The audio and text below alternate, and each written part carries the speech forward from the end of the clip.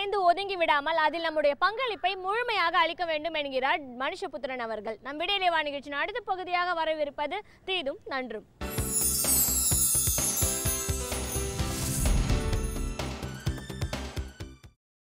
வணக்கம் நண்பர்களே, இன்னும் ஒரு இனிய காலை பொழுதில் தீதும் நன்றும் நிகழ்ச்சியில் உங்களை சந்திப்பதில் மிக்க மகிழ்ச்சி அடைகிறேன்.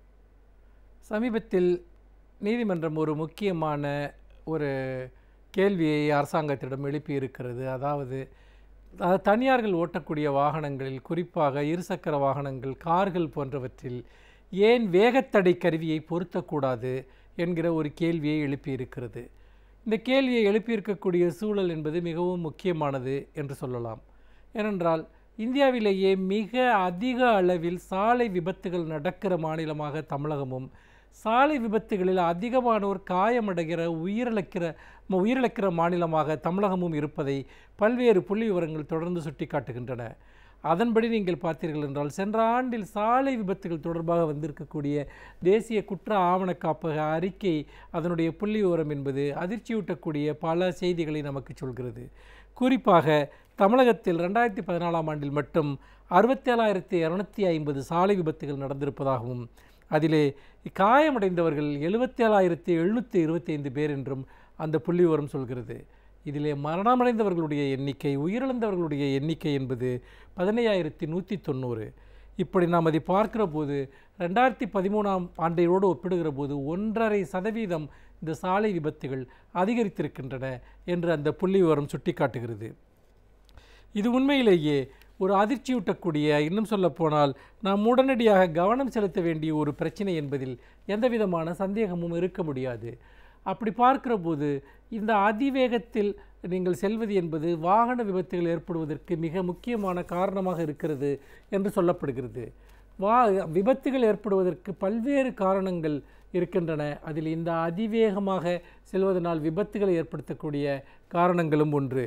இதிலே முக்கியமாக நீங்கள் பார்த்தீர்கள் என்றால், இப்படி அதிவேகமாக சென்று விபத்துகளை ஏற்படுத்துகிறவர்களினால் இறப்பவர்கள் என்பவர்கள் வாகனங்களை ஓட்டுகிறவர்களை விட தெருக்களில் இருக்கக்கூடிய அப்பாவி மக்கள், எந்த பழிபாவமும் அறியாதவர்கள், இதுபோன்ற அதிவேகமாக வாகனங்களை செலுத்துகிறவர்களினால் உயிரிழப்பை சந்திப்பதை நாம் தொடர்ந்து பார்க்க முடிகிறது. முக்கியமாக நீங்கள் பார்த்தீர்கள் என்றால், இந்த சாலை விபத்துகள் மிக அதிக அளவில் அதிகரித்ததில் 2-3 முக்கியமான காரணங்கள் இருக்கின்றன. அதாவது, மிகவும் அதிவேகத்தில் செல்லக்கூடிய வாகனங்களினுடைய எண்ணிக்கை என்பது இன்றைக்கு மிகவும் அதிகரித்து விட்டது. குறிப்பாக இறக்குமதி செய்யப்படுகிற வாகனங்கள், வெளிநாட்டில் இருந்து கொண்டு வரப்படுகிற வாகனங்கள், இந்த வாகனங்கள் இன்றைக்கு சந்தையில் மிக மிக தாராளமாக கிடைக்கின்றன. அதாவது அந்த நாட்டினுடைய போக்குவரத்து அமைப்பு, சாலை வசதிகள், அங்கு பயிற்சி பெற்ற ஓட்டுநர்கள், இவர்களெல்லாம் இருக்கக்கூடிய ஒரு நாட்டில் அவர்கள் அதிவேகமான வாகனங்களை பயன்படுத்துவதை நம்மால் புரிந்து கொள்ள முடிகிறது. உதாரணமாக நீங்கள் அமெரிக்கா போன்ற ஒரு நகரங்களை நீங்கள் எடுத்துக்கொண்டால், சாதாரணமாகவே நீங்கள் பெரிய சாலைகளில் செல்லக்கூடியவர்கள் ஒரு 150-160 கிலோமீட்டர் வேகத்தில் செல்வது என்பது சாதாரணமான ஒரு விஷயம். அந்த அளவிற்கு அங்கு போக்குவரத்தும் சாலை வசதிகளும் உருவாக்கப்பட்டிருக்கின்றன. ஆனால் அந்த நாடுகளுக்குரிய வாகனங்களை இங்கு கொண்டு வந்து பயன்படுத்துகிற போது, அல்லது அந்த நாடுகளில் பயன்படுத்தக்கூடிய முறையான சாலை வசதிகள் இருக்கக்கூடிய, விரிவான சாலை வசதிகள் இருக்கக்கூடிய இடங்களில் பயன்படுத்தக்கூடிய 2 சக்கர வாகனங்களையோ 4 சக்கர வாகனங்களையோ இங்கு பயன்படுத்துகிற போது அதே வேகத்தில் செல்லக்கூடிய, அதாவது இன்றைக்கு மணிக்கு 200 கிலோமீட்டர் வேகத்தில் செல்லக்கூடிய பைக்குகள் எல்லாம் சர்வசாதாரணமாக சந்தைக்கு கிடைக்கின்றன. அதே போல் 160-180 கிலோமீட்டர் வேகத்தில் செல்லக்கூடிய கார்கள் எல்லாம் மிக சாதாரணமாக சந்தைகள் இன்றைக்கு கிடைக்கின்றன. இந்த அதிவேகம் என்பது மனிதர்களிடையே அவர்கள் இருக்கக்கூடிய சாகச உணர்வு சார்ந்த ஒரு நப்பாசையை தூண்டுகிறது என்று சொல்லலாம். குறிப்பாக இந்த ஒரு வாகனத்தை அதிவேகத்தில் செலுத்த முடியும் என்கிற அவர்களுடைய அந்த வாகனத்தில் அந்த வசதி இருக்கிறது என்பது அவர்களுக்கு மனக்கிளர்ச்சி ஊட்டக்கூடிய ஒன்றாக இருக்கிறது. ஏனென்றால் பொதுவாக வாகனம் ஓட்டுகிறவர்களுக்கு தெரியும், இந்த வாகனங்களை வேகமாக செலுத்துவதில் அவர்கள் சிலருக்கு ஒரு விதமான போதை ஏற்படும், அதாவது ஒரு சாகச உணர்வு ஏற்படும். குறிப்பாக இளைஞர்களிடம் இந்த சாகச உணர்வு மிக மிக அதிகம். அதன் காரணமாக அவர்கள் கொஞ்சம் நடமாட்டம் குறைந்த சாலைகளில் அல்லது பெரிய சாலைகளில் அல்லது இரவு நேரங்களில், அதிகாலை நேரங்களில் வேகமாக அவர்கள் போக்குவரத்து நெரிசல் இல்லாத நேரங்களில் அதிவேகத்தில் பைக்குகளை செலுத்தி தங்களுடைய அல்லது கார்களை செலுத்தி தாங்கள் அதிவேகமாக செல்லக்கூடிய அந்த சாகச உணர்வை அடைய முற்படுகிறார்கள்.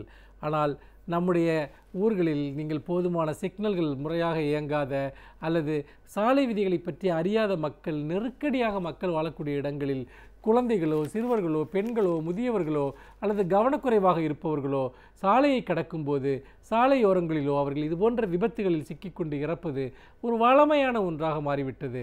பல சமயங்களில் அதிவேகமாக வாகனம் செலுத்துகிறவர்களால் நடைபாதை வாசிகள், சாலையோரங்களில் தூங்குபவர்கள் கூட கொல்லப்படுகிற ஒரு அவலத்தை நாம் தொடர்ந்து பார்த்து கொண்டிருக்கிறோம். இப்படியான ஒரு சூழலில்தான் இந்த மது குடித்துவிட்டு வாகனங்களை ஓட்டுகிறவர்கள் அவர்களும் தங்களுடைய இந்த அதிவேகமான வண்டி ஓட்டக்கூடிய இந்த ஒரு தன்னிலை மறந்த ஒரு மனநிலையின் காரணமாக ஏற்கனவே இருக்கக்கூடிய போதையோடு வாகனம் ஓட்டுகிற போதையும் சேர்ந்து கொண்டு மிக வேகமாக வாகனங்களை செலுத்தி பிறரை கொல்வது என்பது நம்முடைய நாட்டில் மிகவும் அதிகரித்து விட்டது என்று நாம் சொல்லலாம்.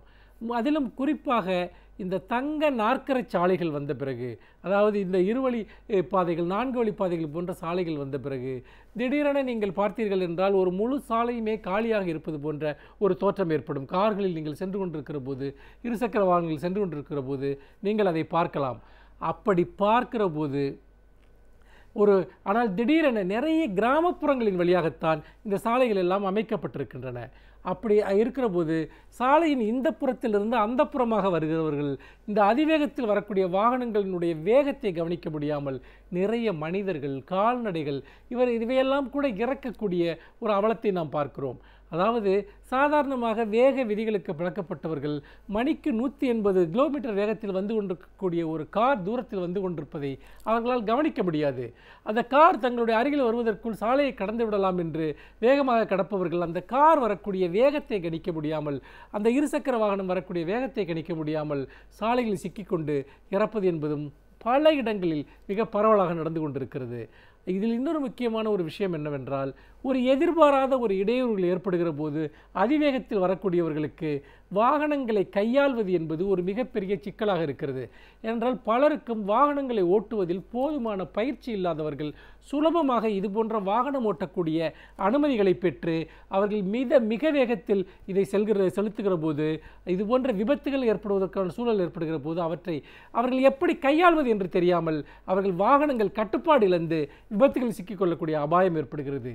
இந்த சூழ்நிலையில் அதிவேக வாகனங்களுக்கு, கார்கள் அல்லது பைக்குகளுக்கு தடை விதிப்பது என்பதும், இந்திய சாலைகளில் ஒரு குறிப்பிட்ட வேகத்திற்கு மேல் வேகத்தில் செல்லக்கூடிய வாகனங்களை அனுமதிக்க முடியாது என்று ஒரு கொள்கை உருவாக்குவது மிகவும் முக்கியம்.